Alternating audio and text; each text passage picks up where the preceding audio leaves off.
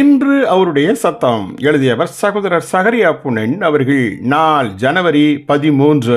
உண்மையான மனம் திரும்புதல் வேண்டும்.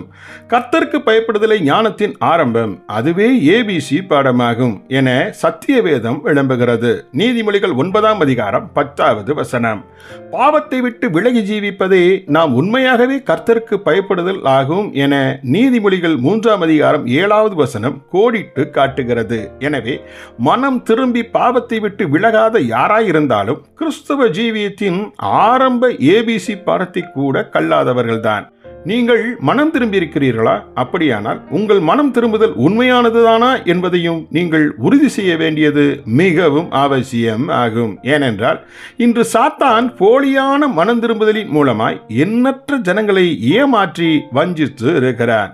நீ ஒருவராலும் பிடிபட மாட்டாய் என்ற தைரியத்தின் அடிப்படையில் இன்று அநேக ஜனங்கள் ஜீவித்துக் கொண்டிருப்பதை சாத்தான் நன்கு அறிந்திருக்கிறான். ஆகவே ஒருவராலும் பிடிக்கப்படாமல் எவ்விதம் பாவம் செய்ய முடியும் என்ற தந்திர உபாயங்களையெல்லாம் அவர்களுக்கு சாத்தான் இன்று போதித்து வருகிறான். ஓர் திருடன் கூட தான் பிடிபட்டு விட்டால் மிகவும் மனம் வருந்துவான். ஆனால் அது உண்மையான மனம் திரும்புதல் இல்லவே இல்லை.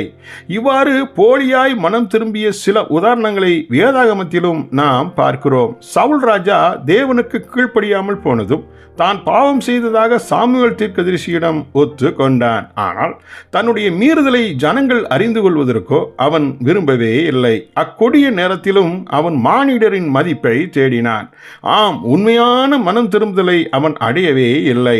தான் கையும் மெய்யுமாய் பிடிக்கப்பட்டது நிமித்தமே சவுல் துக்கம் அடைந்திருந்தான். 1 சாமுவேல் 15ஆம் அதிகாரம் 24 30 வரை உள்ள வசனங்கள். ஆனால் தாவீது ராஜாவோ இந்த சவுலுக்கு முற்றிலும் மாறுபட்டு காணப்பட்டான்.